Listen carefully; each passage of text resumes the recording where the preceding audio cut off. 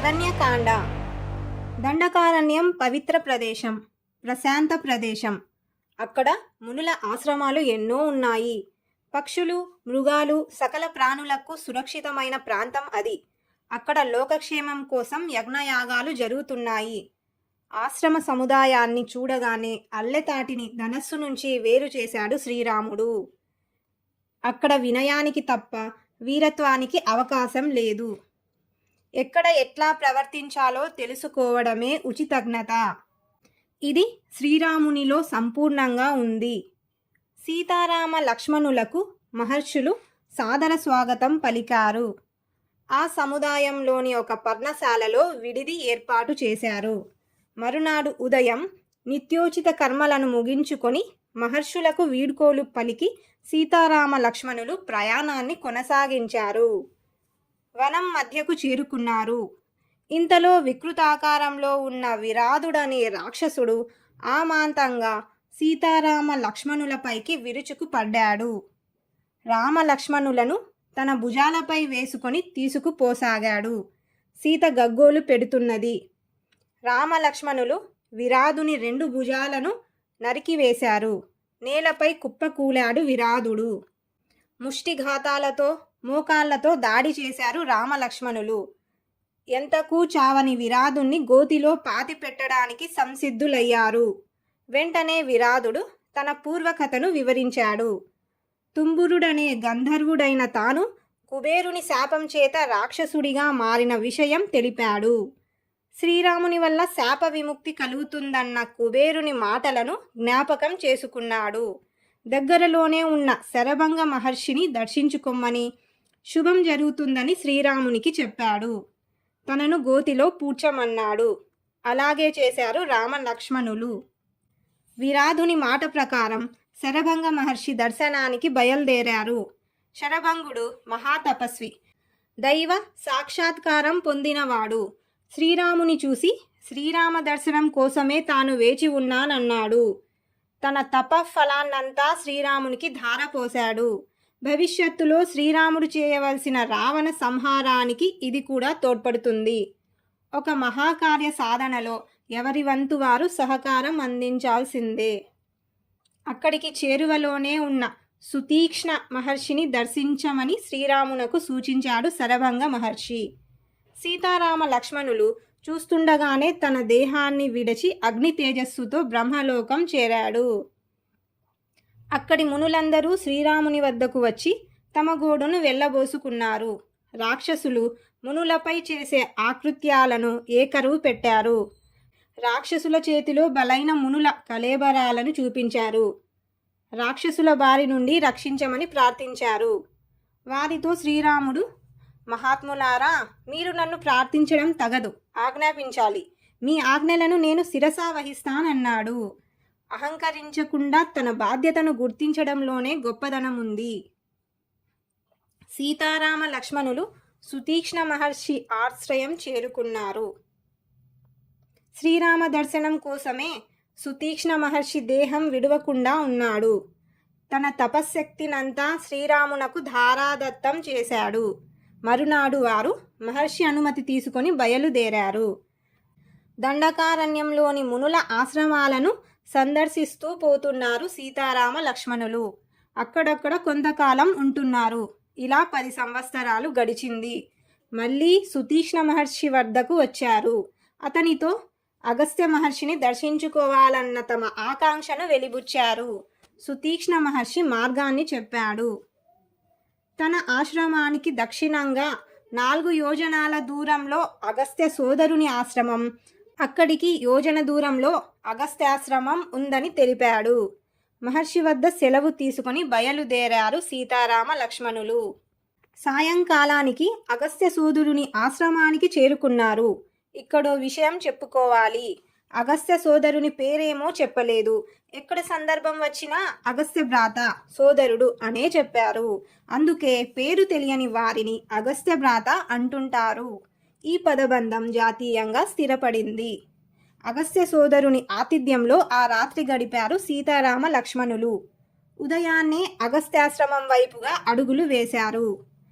అగస్త్యుడు తపశ్శక్తి సంపన్నుడు.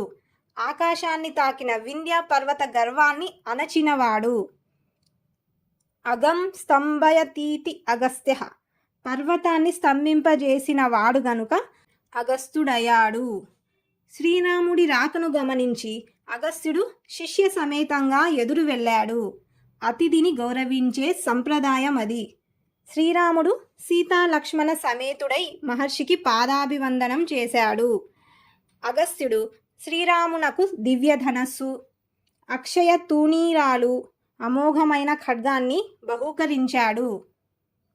జయం కలుగుతుందని ఆశీర్వదించాడు. కష్టాలతో కూడిన వనవాసానికి సీత కోరి రావడం సాహసమని అభినందించాడు. ఆమెకు గల భర్తృప్రేమను మెచ్చుకున్నాడు. శ్రీరాముడు తాము నివసించడానికి అనువైన ప్రాంతాన్ని సూచించమని అగస్త్యుణ్ణి అభ్యర్థించాడు. ఒక్క క్షణం ధ్యానమగ్నుడైనాడు మహర్షి. తరువాత శ్రీరామునితో, ఇక్కడికి 2 యోజనాల దూరంలో పంచవటి అనే ప్రదేశం ఉంది. అక్కడ ఫలాలకు జలానికి కొదువలేదు. గోదావరి నదీ తీరంలో ఉన్న ఆ ప్రాంతంలో జనసంచారం ఉండదు, ప్రశాంతంగా ఉంటుందని తెలిపాడు. అగస్త్యుడి దగ్గర సెలవు తీసుకొని పంచవటికి ప్రయాణమయ్యారు సీతారామ లక్ష్మణులు. దారిలో బలిష్టమైన ఒక పెద్ద గద్దను చూశాడు. పక్షి రూపంలో ఉండే రాక్షసుడేమోననుకున్నాడు. నువ్వెవరివని అడిగారు. తన పేరు జటాయువు అని, దశరథుని మిత్రుడినని చెప్పుకున్నాడు. తన వంశ చరిత్రను, శక్తి సామర్థ్యాలను వివరించాడు జటాయువు. తన తండ్రికి ఆత్మీయుడైన జటాయువునకు సీతరక్షణ బాధ్యతను అప్పగించాడు శ్రీరాముడు. శ్రీరాముని ఆజ్ఞ మేరకు పంచవటిలో పర్ణశాల నిర్మాణం చేశాడు లక్ష్మణుడు. పంచవటిలో జీవనం ప్రశాంతంగా గడుస్తున్నది. ఒకనాడు శ్రీరాముడు పురాణ కథా ప్రసంగంలో ఉన్నాడు. ఇంతలో శూర్పణఖ అనే రాక్షసి అక్కడికి వచ్చింది. ఈమె రావణాసురుడి చెల్లెలు. శ్రీరాముడి సౌందర్యానికి ముగ్ధురాలైంది. తనను చేపట్టమన్నది. తమ మధ్య అడ్డుగా ఉన్న సీతా లక్ష్మణులను చంపి తింటానన్నది. శ్రీరాముడు పరిహాసంగా లక్ష్మణుని వద్దకు వెళ్ళమన్నాడు. లక్ష్మణుడు తాను అన్నకు దాసుడనని, తనతో ఉంటే శూర్పణఖ కూడా దాస్యం చేయాల్సి వస్తుందని, అందుకే శ్రీరాముణ్ణి చేరడమే సబబని సమాధానమిచ్చాడు. శ్రీరాముడి వైపు తిరిగింది శూర్పణఖ. సీత ఉండడం వల్లే తనను నిరాకరిస్తున్నాడని అట్టుడికి పోయింది. సీతాదేవి అడ్డు తొలగించుకోవాలని ఆమెపై దాడికి దిగింది. క్రూరులైన దుష్టులతో పరిహాసం పనికిరాదు, అది ఎంతో ప్రమాదకరం. ఆలస్యం చేయకుండా శూర్పణఖను విరూపిణి చేయమన్నాడు శ్రీరాముడు. అన్న ఆజ్ఞే ఆలస్యం. శూర్పణఖ ముక్కు చెవులు తెగిపడ్డాయి లక్ష్మణుని కత్తి దెబ్బకు. లబోదిబోమని మొత్తుకుంటూ సోదరుడైన ఖరుడి దగ్గరికి వెళ్ళింది శూర్పణఖ. ఖరుడు 14 మంది యోధులను పంపాడు. వాళ్ళంతా శ్రీరాముని చేతిలో మట్టి గరచారు. ఇది చూసిన శూర్పణఖ కరుని వద్దకు వెళ్ళి చెప్పింది. ఖరదూషణులు 14,000 మంది రాక్షసులతో రాముడి మీదకు దండెత్తారు. 3 గడియల్లో వాళ్ళందరినీ యమపురికి పంపించాడు శ్రీరాముడు. ఈ వార్త అకంపనుడి ద్వారా వేగంగా లంకకు చేరింది. అకంపనుడు రావణాసురుడి గూఢచారుల్లో ఒకడు. ఈ విషయాన్ని సహించుకోలేని రావణుడు శ్రీరాముణ్ణి హతమారుస్తానని ఆవేశపడ్డాడు. అకంపనుడు అసహాయ సూర్యుడైన శ్రీరాముణ్ణి వధించడం దేవాసురులకు కూడా సాధ్యం కాదని తేల్చేశాడు. కానీ అందుకు తగిన ఒక ఉపాయాన్ని చెప్పాడు. శ్రీరాముడి భార్య సీత అందాల రాశి, శ్రీరాముడికి ప్రాణం. ఎలాగైనా ఆమెను అపహరిస్తే చాలు, ఆ ఎడబాటును తట్టుకోలేక రాముడు జీవితాన్ని చాలిస్తాడు అని. ఇది రావణునికి ఎంతగానో నచ్చింది. మరునాడు ఉదయమే రథం మీద ఆకాశంలో ప్రయాణిస్తూ మారీచుడి ఆశ్రమానికి చేరుకున్నాడు. సీతాపహరణ విషయం తెలిపాడు. ఈ పనిలో తనకు సహాయపడమన్నాడు. మారీచుడు మండిపడ్డాడు. ఓ రాక్షసేంద్ర, ఈ ఆలోచన నీకెవరు చెప్పారు? నిజంగా అతడు నీకు మిత్రుడి రూపంలో ఉన్న శత్రువు. శ్రీరాముడు సింహం వంటివాడు. సింహం దగ్గరికి వెళ్ళడం ఎంత ప్రమాదం. పైగా ఇతరులకు హాని చేయాలనే ఆలోచన లేకుండా ప్రశాంతంగా ఉన్న రాముణ్ణి కవ్వించడం, కొరివితో తలగొక్కోవడమే. శాంతించు. ఈ ఆలోచన విరమించి సుఖించమని సదుపదేశం చేశాడు. రావణుడి ఆవేశం తిరుగుముఖం పట్టింది. రావణుడు లంకకు తిరుగుముఖం పట్టాడు.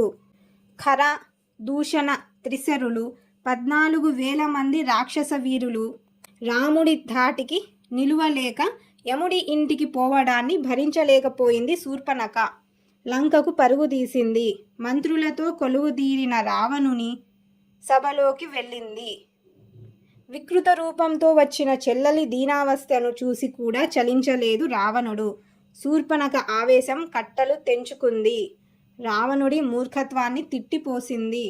శ్రీరాముడి వల్ల లంకకు ముప్పు వాటిల్లగలదని హెచ్చరించింది.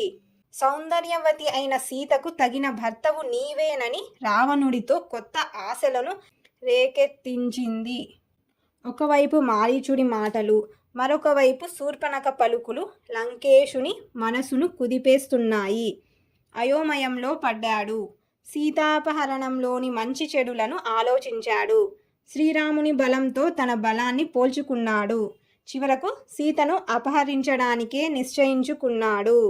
రావణుడు మళ్ళీ మారీచుని వద్దకు వెళ్ళాడు. సీతాపహరణకు బంగారు లేడిగా మారి సహకరించమన్నాడు. ఆ ఆలోచనను విరమించుకోమని లంకేశునికి పరిపరి నచ్చజెప్ప చూశాడు మారీచుడు. విశ్వామిత్రుని యాగ సంరక్షణ సందర్భంలో రామబాణం రుచి ఏమిటో తాను తెలుసుకున్నానన్నాడు. మారీచుడి మాటలను పెడచెవిన పెట్టాడు రావణుడు. మూర్ఖులకు హితబోధలు చెవికెక్కవు. నేను చెప్పినట్లు చేయకుంటే నా చేతిలో నీకు చావు తప్పదని హెచ్చరించాడు రావణుడు. ఆశ్రమానికి వెళ్తే శ్రీరాముడు చంపుతాడు, వెళ్ళకుంటే రావణుడు చంపుతాడు. ముందు నొయ్యి వెనుక గొయ్యిలా ఉంది మారీచుని స్థితి. చివరకు ఒక నిశ్చయానికి వచ్చాడు. రావణునితో నీ చేతిలో చావడం కన్నా శ్రీరాముడి చేతిలో చావడమే నయం, నా జన్మ తరిస్తుందని తేల్చి చెప్పాడు. మారీచుడు బంగారు లేడిగా మారి శ్రీరాముని ఆశ్రమ ప్రాంతంలో తిరుగుతున్నాడు. పూలు కోయడానికి వచ్చిన సీతాదేవి ఆ జింకను చూసి ఆశ్చర్యపడింది. రామలక్ష్మణులను పిలిచింది. వారు ఆ మృగాన్ని చూశారు. లక్ష్మణుడు అది మాయామృగమేనని నిస్సంశయంగా పలికాడు. మారీచుడే ఈ రూపంలో వచ్చి ఉంటాడన్నాడు. వేటకు వచ్చే రాజులను మాయామృగ రూపంలో చంపడం మారీచుడికి కొత్తదేమీ కాదన్నాడు. ఇలాంటి లేడి ప్రపంచంలోనే ఉండదని అనుమానాన్ని వెలిబుచ్చాడు. సీత మాత్రం పట్టు వదలలేదు. తనకు అదెంతో నచ్చిందని తీసుకురావాలని కోరింది. తెస్తే ఆశ్రమంలో క్రీడామృగంగా ఉంటుందని, అయోధ్య చేరాక అంతఃపురానికే అలంకారం అవుతుందని ఆశించింది. సీత ఇష్టాన్ని తోసివేయలేక ఆ మాయలేడిని చంపి అయినా సరే తేవడానికి సంసిద్ధుడయ్యాడు శ్రీరాముడు. సీతాదేవి రక్షణ విషయంలో జటాయువు సహాయంతో అప్రమత్తంగా ఉండమని లక్ష్మణుణ్ణి ఆదేశించాడు. మాయలేడిని పట్టుకోవడానికి బయలుదేరాడు. మృగాన్ని ప్రాణంతో పట్టుకోవాలని శతవిధాలా ప్రయత్నించాడు శ్రీరాముడు. అందినట్టే అంది, అందకుండా పరుగు తీస్తున్నదా మృగం. ఇక లాభం లేదనుకొని బాణాన్ని ప్రయోగించాడు శ్రీరాముడు. బాణపు దెబ్బకు తాటి చెట్టంత ఎత్తు ఎగిరి భయంకరంగా అరుస్తూ పడిపోయాడు మారీచుడు నిజస్వరూపంతో. రాముని కంఠధ్వనిని అనుకరిస్తూ అయ్యో సీత, అయ్యో లక్ష్మణ అని బిగ్గరగా అరుస్తూ ప్రాణాలు విడిచాడు. ఈ మాటలకు సీతా లక్ష్మణులు ఎంత కలవరపడతారోనని భయపడినాడు శ్రీరాముడు. మారీచుని కంఠధ్వనిని రామునిదిగా భావించి సీత ఆందోళన చెందింది. శ్రీరాముడు ఏదో ఆపదలో చిక్కుకున్నాడని తలచింది. ఆదుకోవడానికి వెంటనే వెళ్ళమని లక్ష్మణుణ్ణి పురమాయించింది. లక్ష్మణుడు చలించలేదు. ఇది శ్రీరాముని స్వరం కాదన్నాడు. మారీచుడి మాయాజాలమన్నాడు. అమ్మా, నీ రక్షణ భారం శ్రీరాముడు నాకు అప్పగించాడు. నిన్ను ఇలా ఒంటరిగా వదిలి వెళ్ళలేనని స్పష్టం చేశాడు. సీత ఆవేశం రెండింతలైంది. మనసులో ఏదో దుష్టాలోచనతో ఇలా ప్రవర్తిస్తున్నావని నిష్ఠురోక్తులాడింది. చేసేది లేక లక్ష్మణుడు బయలుదేరడానికి సంసిద్ధుడయ్యాడు. అమ్మా, నీకు భద్రమగుగాక, వనదేవతలు నిన్ను రక్షింతురుగాక, నాకు అపశకునాలు తోస్తున్నాయి. మళ్ళీ నువ్వు మా అన్నతో కలిసి ఉండగా చూసే భాగ్యం కలుగుతుందో లేదో అని వాపోయాడు. సీత మౌనంగా ఉన్నది. అక్కడి నుండి వెళ్ళడానికి ఏమాత్రం మనస్కరించకుండా సీతకు నమస్కరించి శ్రీరాముడు వెళ్ళిన దిశగా నడిచాడు లక్ష్మణుడు. లక్ష్మణుడు వెళ్ళడాన్ని గమనించాడు రావణుడు. అదే అదనుగా సన్యాసి వేషంలో సీత సమక్షానికి వచ్చాడు. యతి రూపంలో వచ్చిన రావణుణ్ణి ఆసనం మీద కూర్చుండబెట్టి సముచితంగా అతిథి మర్యాదలు చేసింది సీత. మధ్య మధ్యలో రామలక్ష్మణుల కోసం వాకిలి వైపు చూస్తున్న సీతకు నిరాశే మిగులుతున్నాయి. రావణుడు సీతను గురించిన వివరాలు అడిగాడు. తెలిపింది. సన్యాసి వివరాలను కోరింది. తాను రాక్షసరాజు లంకేశ్వరుడనని ప్రకటించాడు. తనను పతిగా స్వీకరించమని అడిగాడు. అలా చేస్తే అంతులేని భోగభాగ్యాలతో విలసిల్లుతావని ఆశ చూపాడు. ఆ మాటలకు సీత మండిపడింది. రావణుణ్ణి తృణీకరించి మాట్లాడింది. శ్రీరాముడి పరాక్రమాన్ని ప్రస్తావించింది. నన్ను అపహరించి నీ చావును నీవే కొని తెచ్చుకోకు అని హెచ్చరించింది. రావణుడి కన్నులు నిప్పులు చెరుగుతున్నాయి. సన్యాసి వేషాన్ని వదిలి 10 తలలతో భయంకరమైన నిజ స్వరూపంతో సీత ఎదుట నిలిచాడు. బలవంతంగా సీతను తన రథంలో లంకకు తరలిస్తున్నాడు. సీత రామా రామా అంటూ ఆర్తనాదాలను చేస్తున్నది. ఆమె వేదన అరణ్య రోదనయ్యింది. అప్పుడప్పుడే నిద్రకు ఉపక్రమిస్తున్న జటాయువుకు సీతాదేవి ఆర్తనాదాలు వినబడ్డాయి. చూసేసరికల్లా సీతను అపహరించుకుపోతున్న రావణుడు కంటబడ్డాడు. జటాయువు రావణుణ్ణి ఎదిరించాడు. ఇద్దరి మధ్య పోరు హోరాహోరీగా సాగింది. చివరకు రావణుడు ఖడ్గంతో జటాయువు రెక్కలను కాళ్లను నరికివేశాడు. నేలపై కూలాడు జటాయువు. రక్తంతో తడసి ముద్దైన అతన్ని చూసి ఆత్మబంధువును పోగొట్టుకున్నట్లు సీత ఆక్రందించింది. రావణుడు సీతాదేవిని తీసుకుని ఆకాశ మార్గం పట్టాడు. దీనురాలైన సీత హీనుడైన రావణుణ్ణి పరిపరి విధాలా దూషించింది. ఇంతలో ఒక పర్వత శిఖరం మీద 5 వానర ముఖ్యులను సీత చూసింది. ఉత్తరీయపు కొంగులో తన ఆభరణాలను కొన్నింటిని మూటగట్టి వారి మధ్య పడేటట్లు వదిలింది. ఒకవేళ అటువైపుగా శ్రీరాముడు వస్తే తనను గురించి వానరులు అతనికి తెలియజేస్తారనే చిన్న ఆశ. రావణుడు సీతతో లంకకు చేరాడు. తన అంతఃపురంలో సీతనుంచాడు. తన వైభవమంతా చూపించాడు. దాన్ని తృణప్రాయంగా భావించింది సీత. కనికరించమని కాళ్లపై పడ్డాడు. నిరాకరించిందా మహాసాధ్వి. భరించలేకపోయాడు దశకంఠుడు. ఆవేశంతో మైథిలి, నీకు 12 నెలల గడువిస్తున్నాను. ఈ లోపున నువ్వు దారికి రాకపోతే మరునాడే ప్రాంతకాల భోజనానికి వంటవాళ్ళు నిన్ను సిద్ధం చేస్తారని బెదిరించాడు. అక్కడి రాక్షసులతో ఈమెను అశోకవనానికి తీసుకుపోండి. వనం మధ్య ఒక రహస్య ప్రదేశంలో ఉంచి చుట్టూ కాపలాగా ఉండండి.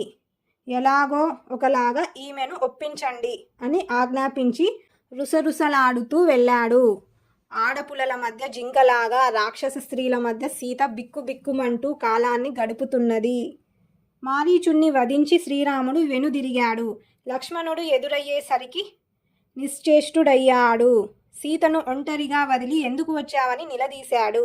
జరిగిన విషయాలు పూసగుచ్చినట్లు చెప్పాడు లక్ష్మణుడు. ఇద్దరూ ఆశ్రమానికి చేరుకున్నారు. సీతాదేవి జాడ కనిపించలేదు. వనమంతా వెతికారు. సీత జాడ కనిపించలేదు. సీత జాడ చెప్పమని ప్రకృతిని ప్రార్థించాడు శ్రీరాముడు. ఆమె ఎడబాటును తట్టుకోలేక కన్నీరు మున్నీరుగా విలపించాడు. ఆవేదన ఆవేశంగా మారింది. లోకాలను ధ్వంసం చేయడానికి శ్రీరాముడు సిద్ధపడ్డాడు. లక్ష్మణుడు ఓదార్పు వాక్యాలతో అన్నను శాంతపరిచాడు. అరణ్యంలో సీతను వెతుకుతూ వెళుతున్న రామలక్ష్మణులకు జటాయువు కనిపించాడు. రక్తంతో తడిసిన అతనిని గుర్తించలేదు శ్రీరాముడు. మీదు మిక్కిలి అతడు గద్ద రూపంలో ఉన్న రాక్షసుడని సీతనతడే భక్షించి ఉంటాడని భ్రమపడ్డాడు. బాణంతో చంపడానికి పూనుకున్నాడు. ఇంతలో జటాయువు జరిగిన విషయం చెప్పాడు. రావణుడు సీతను అపహరించాడని, ఎదిరించిన తనకి గతి పట్టించాడని వివరించాడు. అపహరణకు గురైన సీత అవసాన దశలో ఉన్న ఆత్మీయుడు శ్రీరాముడి దుఃఖం రెండింతలైంది. తన తండ్రికి ఆత్మీయుడైన జటాయువు పట్ల పితృభక్తిని ప్రదర్శిస్తూ అతని శరీరాన్ని నిమిరాడు. జటాయువు కన్ను మూశాడు. శ్రీరాముడు జటాయువుకు దహన సంస్కారాలు చేశాడు. అతనికి ఉత్తమ గతులు కలగాలని గోదావరిలో జలతర్పణాలు చేశాడు. రామలక్ష్మణులు దండకారణ్యం నుండి క్రౌంచారణ్యానికి చేరుకున్నారు. అక్కడి వనంలో భయంకరుడైన ఒక రాక్షసుని చూశారు. అతని తల, మెడ కనబడడం లేదు. కడుపు భాగంలో ముఖముంది. రొమ్ము మీద ఒకే కన్ను ఉంది. యోజనం పొడవు వ్యాపించిన చేతులు. ఆ చేతులతో పక్షులను, మృగాలను పట్టి తింటాడు. అతని పేరు కబంధుడు. తన సమీపంలోకి వచ్చిన రామలక్ష్మణులను ఆమాంతంగా 2 చేతులతో పట్టుకున్నాడు.